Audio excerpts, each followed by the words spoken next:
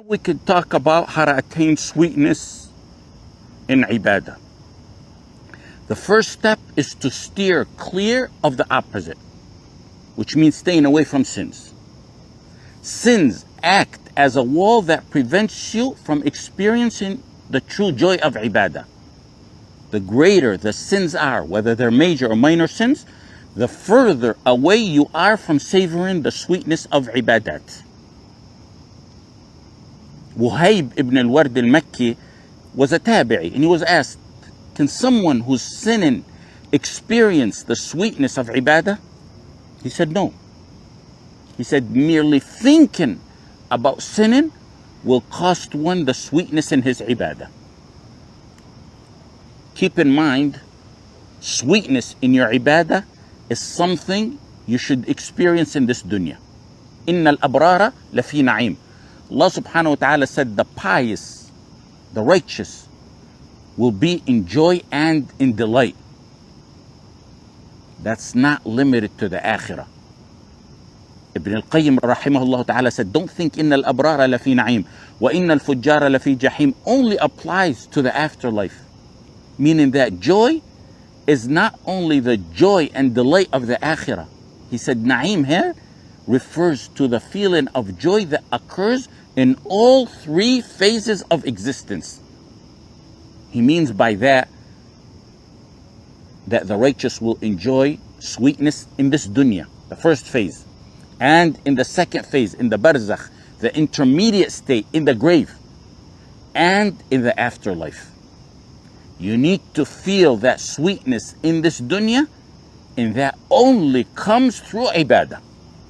Ibn Taymiyyah rahimahullah ta'ala stated something very essential about this.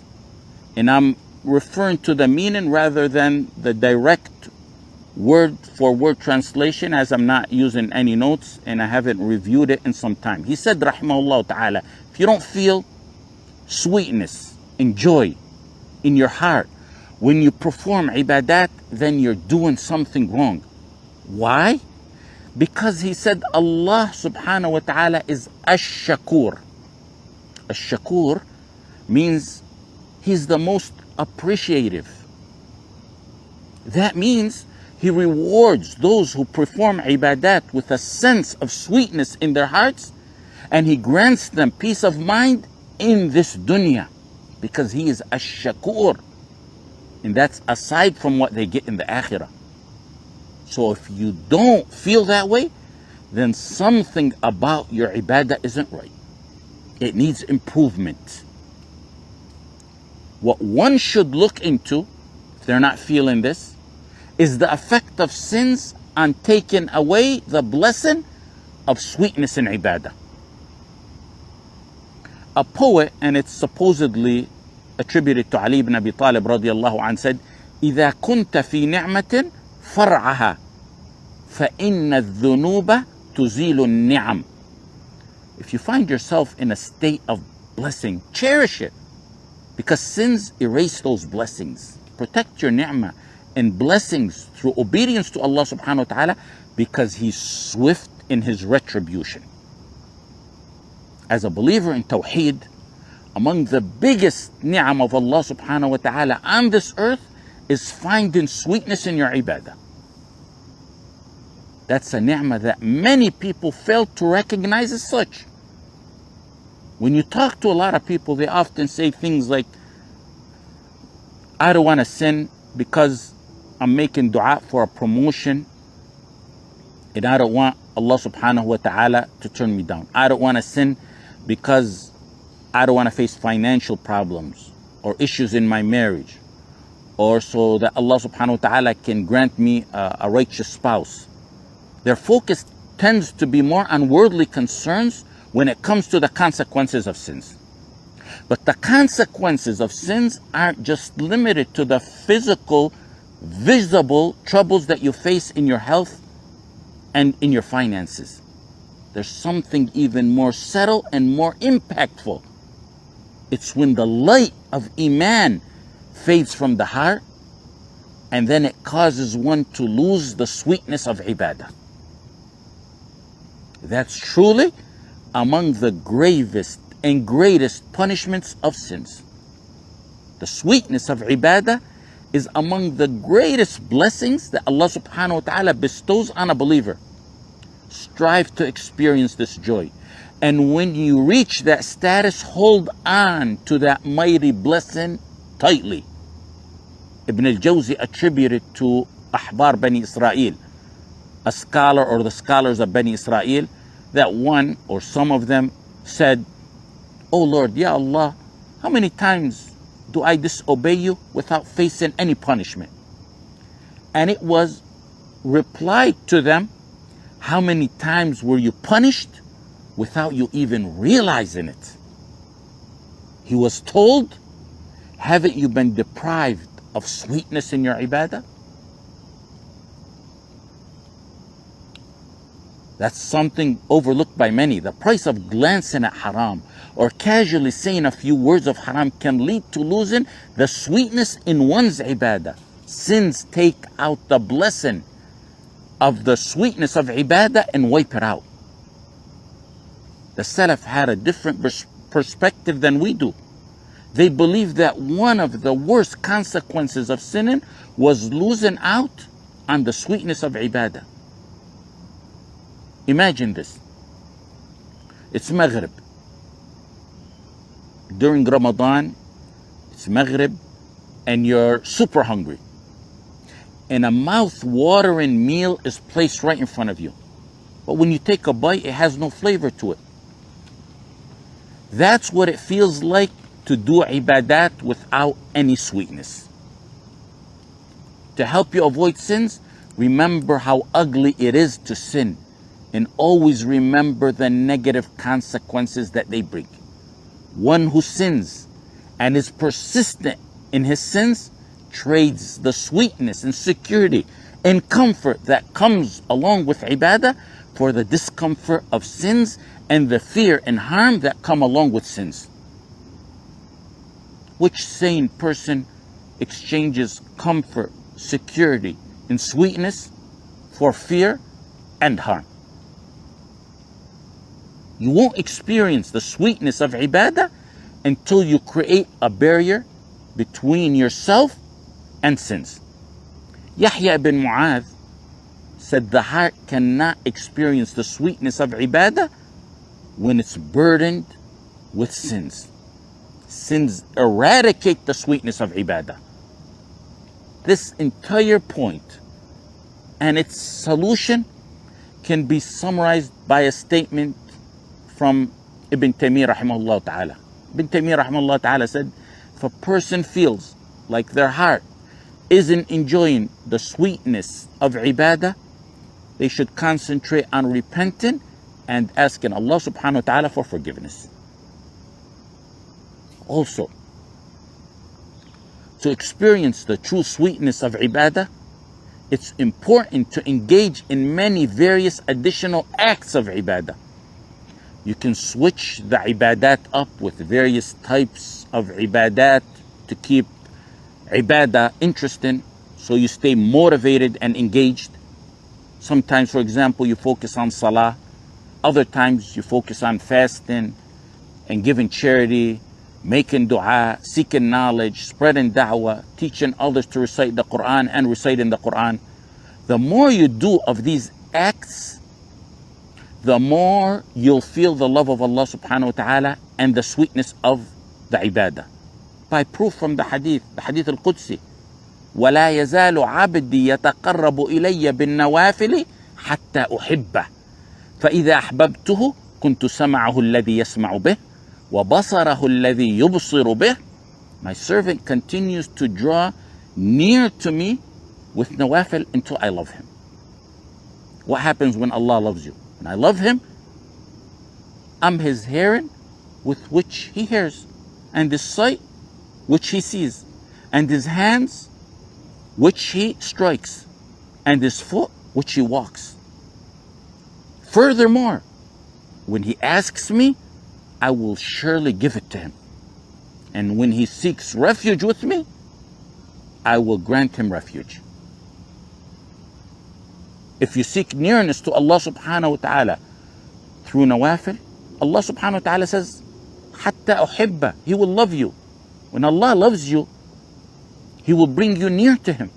When you are near to Him, you will most definitely taste the ultimate sweetness in your ibadah. Another point is, while you do any of the ibadat, it's essential to consistently reflect upon and renew your niyyah in order to feel their sweetness.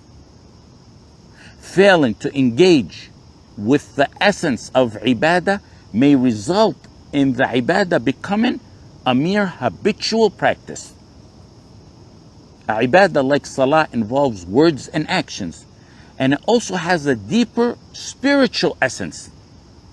Some perform salah by reciting the memorized verses and phrases, as well as performing the associated movements, without genuinely contemplating the significance of their words or reflecting on the essence of the ibadah itself.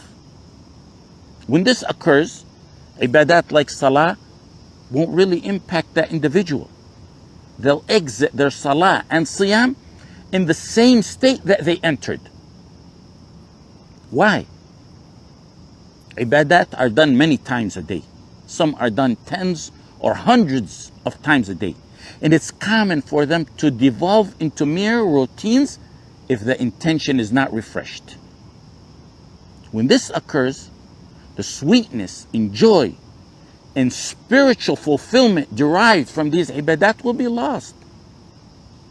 Don't turn your ibadat into routines and habits. Rather, turn your habits into ibadat with the right niyyah. Many habits turn into an act of ibadah just by having the right niyyah. Don't let the opposite happen. And while you do all this that we talk about, be mindful of dua. Ask Allah subhanahu wa ta'ala to bless you with joy in your ibadah. A believer is powerless in this matter and in everything else unless Allah subhanahu wa ta'ala grants him strength. Also, in order to taste the sweetness of ibadah, you need to make the purpose of your existence on this earth your number one concern. Ibadah must be your number one concern on this earth.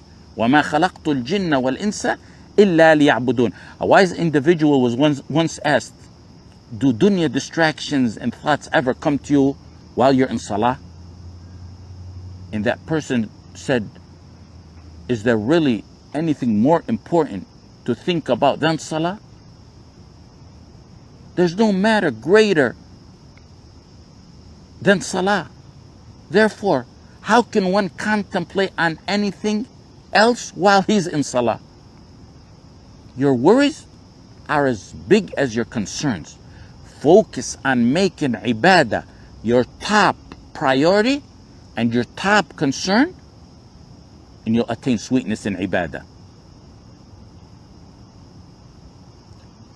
If you have a hobby that you really enjoy and you make it your top concern, then there's a chance to participate and get involved in that hobby. You'll be very excited and very happy to take part in it, especially when you're thinking about the rewards and medals that you may earn. By making ibadah your concern, you will find joy in it, in this dunya, while at the same time accumulating ajr with Allah subhanahu wa ta'ala. To make ibadah your greatest concern, you need proper tawakkul on Allah subhanahu wa ta'ala. Tawakkul on Allah subhanahu wa ta'ala has a strong connection with attaining sweetness in ibadah. When one places their trust in Allah subhanahu wa ta'ala regarding their sustenance, their marriage, their children, their employment, these matters will diminish in their level of concern because they entrusted them to Allah subhanahu wa ta'ala. That will then elevate the priority of ibadah as their foremost concern. True tawakkul on Allah will make Allah subhanahu wa ta'ala and worshiping Him your biggest concern. You will then find relief from the worries and concerns that you entrusted Allah subhanahu wa ta'ala with. When you perform ibadat, clear your mind of all worldly distractions. When it's time for salah, or you want to recite Quran, set aside your worries and concentrate fully on the sacred moment of ibadah. This may prove challenging in the beginning, but with practice, it becomes achievable over time. You need to prepare for ibadah to see its sweetness. For example, attaining khushu' and sweetness in salah starts way before salah. Even before adhan, it starts in wudu, if not before.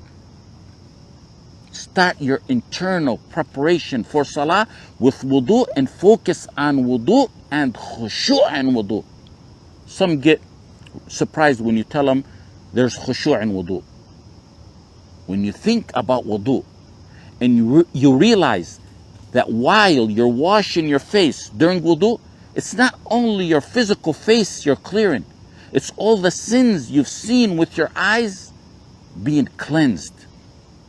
Similarly, when you wash your hands, all the wrong things you've done with them are being wiped away. The same goes for your feet, as mentioned in the hadith that's in Sahih Muslim. If you truly understand this, and you avoid treating wudu as just a physical act, as most do, you'll experience deep sense of humility and sweetness in wudu, and that will be carried on to the salah. When you contemplate that hadith in Sahih Muslim, and there's many more, you'll realize that the water you're washing your physical parts is in reality brightness you're rinsing your heart out with. Then you can understand why many of the Salaf always renewed their wudu even when they were sure they were on wudu. They sought to add brightness on top of brightness, enjoying the sweetness they never got enough of. After wudu, take some time out to do istighfar, recite the Quran, listen to the adhan with concentration, and repeat after the mu'adhin. Just like what I said about wudu. Many get surprised to know that listening to adhan should be like how you listen to the Quran. Ibn Jurayj related in Musannaf Abdul Razzaq that some of the Salaf used to listen to the adhan in the same manner that they listened to the Quran. They listened attentively, in khushu', in contemplation, repeating after the mu'adhin, making dua between the adhan and the iqamah is essential in preparing you for the salah. Making tawbah and istighfar so you can stand before Allah subhanahu wa ta'ala with a clean slate. Doing all this before salah will attain one's sweetness in those ibadat and then in salah itself. Someone who takes 5 minutes out for salah will not feel the same way as one who prepares himself in the ways that I mentioned. Whatever you do, keep pushing yourself forward in an attempt to create and maintain a feeling of joy in your ibadah. If you don't feel the sweetness in Salat al-Dhuhr, try in Salat al-Asr. If not, try in Salat al-Maghrib. Aim to reach the sweetness of ibadah of Ramadan in the beginning. If you can't, in the middle. If that doesn't work, in the last 10 days. If not, in the 6 days of Shawwal, or the many nawafil that follow, or in next Ramadan, inshallah. Continuously strive to experience the sweetness in ibadah and remain persistent in your efforts. That's a form of jihad in nafs. Some in the past said my nafs was in resistance to the ibadat. Ultimately, I triumphed in guiding my nafs to Allah subhanahu wa ta'ala, and my nafs began to rejoice at ibadat. Keep working hard to experience the joy of ibadah through these methods. It takes effort and sacrifice, but your effort will not go in vain and it will not last forever. Because when Allah subhanahu wa ta'ala sees the servant striving with sincerity, He will help them achieve the level of iman that they seek. He will reward them for their hard work with sweetness in ibadah that surpasses any pain that they endured while they were trying to attain it. We'll stop here. وصلى الله على سيدنا محمد وعلى آله وصحبه وسلم.